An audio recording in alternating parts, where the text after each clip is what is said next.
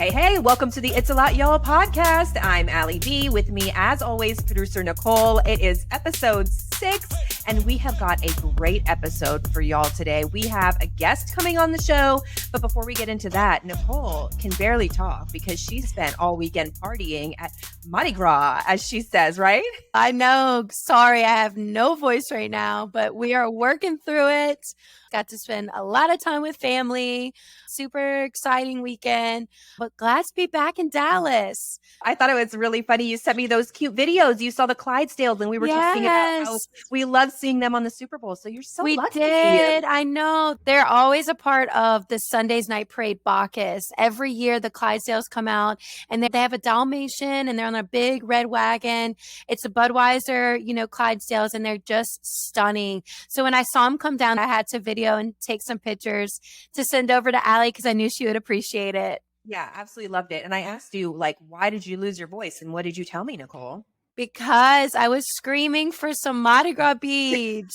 Literally, when am I going to learn? I don't know. But gosh, I was just screaming, throw me something. And I have lost my voice. Did you eat some delicious food down there? The best. We had pastelaia, we had king cake, we had gumbo, we had everything, you name it. Just so good to be spending time with family and celebrating the Mardi Gras weekend. It's funny. My husband's from Louisiana too. And when he's cooking, you're always like, hey, what you guys cooking over there? Because he's always cooking something that you're going to like, some kind of Cajun delicious food. I know. And I need to bring you some. Yes, I'm always like, Allie, bring me some to the Mavs game. Just pour me a to-go plate.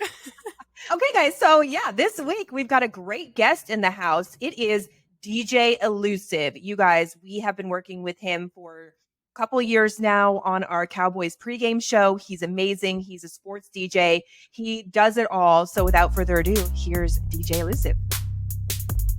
All right, everybody. We are so excited that DJ Elusive is joining us on the It's a Lot Y'all podcast. Woohoo! Thanks for joining us. Took Nicole 4 weeks just to get me on because of my schedule. Just to book you. Yeah, you are crazy hard to book. Busy man. We have so much to talk about with you today because you guys, DJ Elusive is a sports DJ amongst many other things. And as I was doing my research into sports DJs, there's some really cool things that came up and some stats that I saw and actually that I created in my own mind. But I was thinking about it and how unique your position is because really, if you think about it, there's 32 NHL teams, 32 NFL teams, 30 NBA teams, 30 Major League Baseball teams. That's not many. That's 124 sports teams overall. So what that boils down to basically is there's 124 people in the entire United States of America that are going to get your job as a professional sports DJ. So that's 330 million people in the US. That boils down to 0.0000038% chance of you becoming a sports DJ. So your position is so hard to get. How did you even be this? So it's kind of like a weird, crazy story. I've always DJed since I was 12. Music has been a big part of my life the entire time. I think one day how I got into sports DJing was I attended, I think it was something at the Mesquite Arena, and it wasn't rodeo. It was indoor football in 2016. And I was like, wait a minute, there's music here. Who's controlling the music? And I started thinking about it. And I was like, well, somebody has to push play. So then I kind of started doing more research about sports DJs. And being in Dallas, Google's going to pop open whatever sports DJs are in Dallas. And I came across DJ EJ, who's the in-game DJ for the Cowboys. And I ended up reaching out to him. And I kind of kept up for a while before he gave me my first sports gig. And sports gig was SMU football. I did a game and I quickly realized how hard it was to do sports DJing with the style that I was used to. So how do you go from being a DJ that's DJing parties, clubs, weddings, things like that, and then transitioning into sports DJing? And what are some of the major differences that you saw right off the bat where you're like, oh gosh, I need to work on this? Timing for sure. I mean, typically when you're DJing clubs and weddings or any events in general, we use a whole different program. So I use Serato. A lot of sports DJs still use Serato, but timing is everything in sports. You have to you're in a reactive role when you're a sports DJ. We're also called music directors or sound directors because we're literally telling the story of the game. So what helped me honestly like be able to transition a little bit easier was I've always been the type of DJ to take emotions like up and down and not just go 100% all the time. And that a lot of times transitions into sports because you can't just start the game and just go like all hype the entire time. Right. You got to read the crowd. And honestly, like the first time I did a sports DJ gig, like I failed immensely because I was like, all right, well, people aren't into it. You have to be able to pace. That's what we call it, pacing. Like pace the energy, pace the crowd. And when it came to like me using Serato in this program, there was no way for me to be able to do that. And then as I was getting more and more gigs, EJ helped me out a lot. He was like, hey, look, here's this program that is kind of like the industry standard for sports DJs. So we're going to get it for you and you're going to load in all your music there and you're going to queue it up all to these points, certain points. What is that program? So because we are now working on a new program, I'm not going to mention the previous program. Are we gatekeeping here? The new program is called 7-Point Audio and it's becoming the industry standard for all sports DJs. You have 72 buttons on a screen and it's like tabs and you have groups of tabs. And then within there's 72 buttons on there and each button is queued up to a specific part of the song. So what about your drops and your little noises and your, when someone makes a basket or, yeah. Is that all in there too? It is, but me personally, I actually use an iPad and on the iPad, I load in a whole bunch of different, I call them stingers because it's a lot faster to get to. I have an iPad pulled up right in front of me and then I just push the buttons that I need to. Oh, technologically speaking, it sounds like it's a lot harder than I thought it was because I think, you're just up there and you're like, I feel like I want to play this song. Bing, like it's a whole different ball game. Everything really is a lot more calculated and sounds like there's a lot of technology that goes into all of that. But going back to Mesquite Rodeo, where you actually discovered that this was a position you could potentially have, which by the way, I want to go back to my statistics because statistically speaking, it's easier to make an NBA team than it is to become an NBA DJ or any sports DJ. So let's just absorb that. So Chris, awesome. I know it's true. I mean, I don't know if it's true, but it's true in my world because I'm about the math. And when I broke it down, you got a lot more people on the team. You only got one DJ, people. Okay, back to Mesquite Rodeo. From there, you got your first gig. And then after that, how did you get into getting more gigs? And tell us about what your current gigs are. So I'm going to back it up a little bit because at that time, when I saw that indoor football game at the Mesquite Rodeo, I reached out to EJ to figure out kind of that side of things about how to do this stuff. At the time, they were called Mesquite Marshals, the professional indoor football team. Then I became their DJ. And that's where I kind of learned a lot more about how game flow goes. And the producer of the Mesquite Marshals, Travis, also did stuff for the Smith Pro Rodeos. Yes. So Smith Pro Rodeos produces a whole bunch of rodeos all throughout the United States and also produces Mesquite Rodeo. So Travis worked for Smith Pro Rodeos and they're like, hey, we need somebody in market to do the Mesquite Rodeo because Dallas is getting kind of like expensive now. And there's all these music directors that come into town and you live here. So why not? Like, how far do you live? I was like, 15 minutes away. He said, perfect. So fast forward now, last year was my 5th rodeo season. Wow. And like rodeo is just, it's, as you know, Allie, it's very different than any other sport. So rodeo helped me out a lot because it helped me think on my feet because it's very like slow and then all of a sudden it's very fast and then anything can happen. And then from rodeo, I started to DJ for University of Texas at Arlington. I did their volleyball season for 3 years. I did some of their basketball games, men's and women's. I've done TCU men's and women's basketball, volleyball as well. Dallas Open. You've done it all. Dallas Open. I've done the Gold Cup games at AT&T Stadium. I've DJed for Nike at AT&T Stadium. I've done the UIL State Football Championships, which is really big in Texas. High school football in Texas is huge. And then before I was able to do all that at AT&T Stadium, I became one of the Dallas Cowboys DJs. So when the pregame DJs. That's where we know you from. Yeah. I think we need to talk about how we all know each other and kind of introduce how we brought DJ Elusive on board. I know. It's so awesome. So if you don't know, this is like the dream team, as we call it. It's myself, DJ Elusive, producer Nicole. We work on the east side of Cowboys Stadium. We host the pregame show. So we all work super closely together. That's how we met. How many seasons have we been working together now?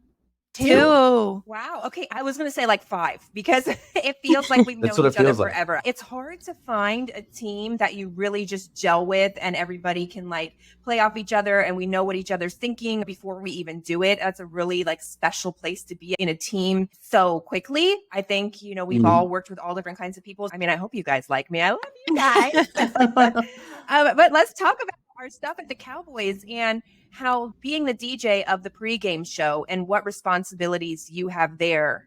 Yeah, I feel like I really warm up the fans because it's like these people are out there for hours before the game starts. And I mean, we're out there in the cold, in the rain, at least we're covered. They're not. Yeah. Right. So it's like, it's our job to really be entertainment. And it's basically like, hey, you're getting ready to see a football game. So a lot of times, I mean, just the formatting of everything goes hand in hand. Like I don't try to just come out and just go 100 miles an hour as soon as we start and nobody's there. It's like we try to go up and down, take emotions. Right. What do you think is one of the most important things as someone who's trying to become a sports DJ? Like, what do you think is one of the most important qualities that they have or that they try to learn? I always say that you have to be a good listener, know how to take criticism. You have to have thick skin and know that the show is not about you. Like at the end of the day, yes, I'm hired as being the entertainment, and you always have to remain humble about that. Like knowing that you can be replaced at a moment's instance, and you have to know what the value is that you bring to the team. You could be the best DJ in the world, but it doesn't necessarily mean that you are a good sports DJ or in-game DJ. Like what we do is a lot of in-game stuff. And you have to have thick skin because you may have a producer. Like whenever I go to a new team and I'm asking like, oh, what's a production style? Are you a yeller? I always ask the producer, are you a yeller? And they're like, yeah, I'm a yeller. I was like, okay, cool. Like you like don't hold back for me because I can take it. Like a lot of DJs will freeze because she's yelling. I'm like, it's okay. Yeah, so that's just how they are. And also Twitter tells you everything you need to know. The sports fans on Twitter. They're rough. For Baylor as well. So Baylor basketball, we're in the middle of basketball season, did football. Baylor fans love to be on Twitter, and it's quite interesting reading some of their tweets because I really want to be like, if you only knew exactly what was going on in that moment. Right. Yeah, I actually want to kind of talk about this really quick because I know you previously were talking about it's all about timing, which me and Allie always talk about. Like in sports entertainment, it is always about timing. And you referenced like you have your iPad with the certain sounds. I remember doing this back in 2020, whenever it was COVID year. And then the NBA, we had to bring in virtual crowd noise. And so we had a similar system where obviously we were trying to get the 17,000 fans to sound like correct, to sound like it was up. But talk a little bit about how important it is to not only understand the game, but to be aware of what's going on so you don't miss a beat. Yeah, so it's a very good point. Just to give like people that are in my role. So I'm literally paying attention to the game, but for basketball, for example, I'm looking at the coaches. I'm looking at how many timeouts we have. I'm looking at the clock to see if there's a media break coming up. I'm thinking about the situation or about what could happen, who's in the game. I am listening to my producer. I am thinking 4 or 5 things ahead. And it's very important to be like prepared. Like you said, you don't only need to know the game, but you have to know your team. Like you have to know if so-and-so gets the ball, are they about to shoot? And then if they shoot or if they get a big block or something, what are you going to play? But then you have to know your library and you have to know where all the buttons are. And on one page, there's 72 buttons. But on my page, I may be on a defensive page and there might be a big sound that I need because maybe there was a steal and then they went over and they dunked the ball. Well, that's not going to be on my defensive page anymore. I got to switch pages and I have to know where the eyes to go in order to click on that button to bring up the crowd energy. And then let's say there's an injury, like the home team gets a huge dunk and somebody's injured. Well, I can't celebrate the injury because you can play the wrong thing at the wrong time and you can pass on the wrong message. And that is like a huge no-no. You're making me anxious over here thinking about all the stuff you have to do. I mean, Nicole and I are like, oh, we got a lot of stuff going on. But what you're saying is so interesting because just recapping, having to have your eyes on so many things at once. For example, the basketball court. And like you said, the players, the coaches, the timeouts, the big screen, the vibe, the emotion. Is there an injury? Knowing what players are on the court. It's a crazy job that you have. And really any sports DJ, just thinking about making sure you hit all those boxes. I mean, is that just something you're learning as you go in experience in those like amateur sports that you did leading up to this point? Or have you been like, I'm learning right here on the job? A lot of it is learning on the job. You don't know what you need until it happens. And then you realize you don't have anything for that specific thing. So I can give like a couple of examples. So along with doing Cowboys and everything else, right now I'm also in Athletes Unlimited. And Athletes Unlimited is a professional women's league. So they have lacrosse, field hockey, softball, basketball, and volleyball. So last year I was doing volleyball. So we're in South Dallas and there's a lot of stray animals over there. Somehow a cat ends up on my DJ booth. I just saw it from nowhere. It just jumped on me. I jumped on the booth and I was like, y'all, there's a cat in there. I think the broadcast started talking about it. So I was like, well, what can I play for a cat? Oh, I'm going to play a Meow Mix song.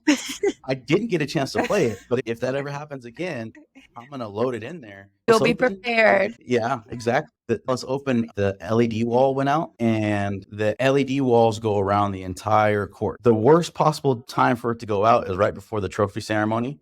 Spent 9 days there, LED walls working, and all of a sudden the last day, it doesn't work anymore. Granted, it's because probably the 130 mile an hour serves. So there's a big gap in the wall where sponsorship is supposed to go. And that's a big deal when you're presenting a trophy for the sponsorship to be up there. The person that was fixing the wall, he was like, well, how much time do you have? And they're like, well, not really any time, but you definitely need to fix it for the next match. So I had fun with it. And I played like 10 minutes of songs about waiting.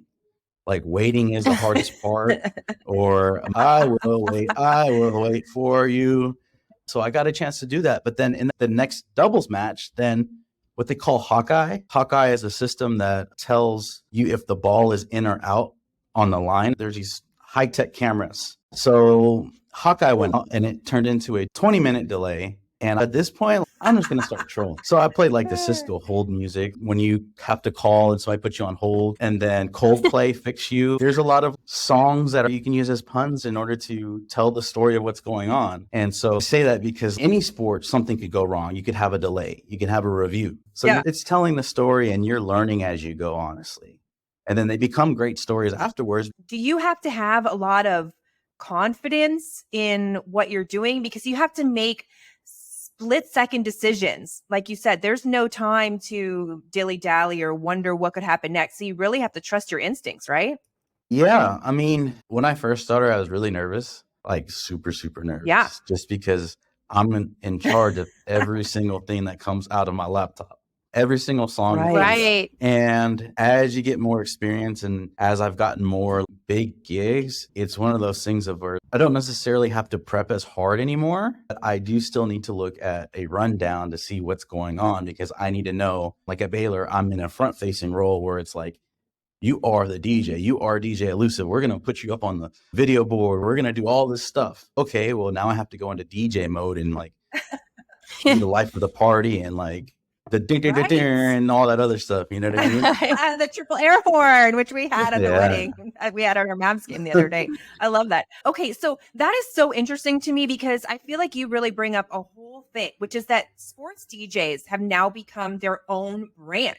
You're not just sitting behind the booth, behind the glass, kind of hidden from what's going on. Teams really are embracing this whole sports DJ role, and they want you to like be another big entertainment piece. So did you have to kind of readjust your thinking into like, yeah, I am actually like a performer sports DJ? It was actually the other way around, because like I was always somewhat of a performer. Like I DJ clubs for forever, so I can get on the mic. Right. Now, true. I do it for Athletes Unlimited, where they will come to me for crowd hype. right before we do tip off. Now, there's times where if y'all know me and y'all know me, I have to bite my tongue because I'm like, all right, I'm not in the club anymore. Let me bite my tongue. Let me make sure what I want to say. I have to say, put your hands up in the air and not put your hands up. You know what I mean? Right. You're MFing. So, yes. So that, like, it comes with a lot of responsibility. It comes with a lot of, like, realizing where you are in the situation. And then just going back to the music standpoint, I mean, you talked about checking tick marks. When I pick the music, that's also like, does it make sense for sports? Is it popular? Is it something that I can play around kids? Is this team a hip hop team? There's some schools that don't want that.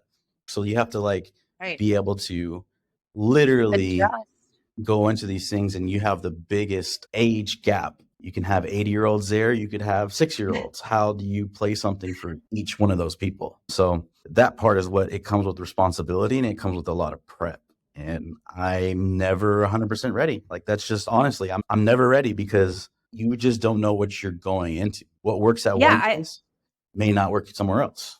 Right. I remember Ray Allen, the NBA great, was asked why he always continues to practice so incessantly on his shots. And he said, I've never made 100% of my shots. You're never 100% prepared. There's all kinds of different situations and scenarios that can play out. And that's the same for anybody that's in the sports entertainment world as well. There's so many scenarios that we have to be prepared for that we can't really prep for. You just have to be prepared for. And I think that that's just a common theme amongst any of us, whether you're producer, whether you're DJ, whether you're host, you just got to be ready for it. Yep. It's so true. Wow. I feel like we've learned so much from you. This has been awesome. I'm so glad we get to finally connect. I know you are the busiest guy on the planet. Thank you for taking the time to come on to the It's a Lot Y'all podcast.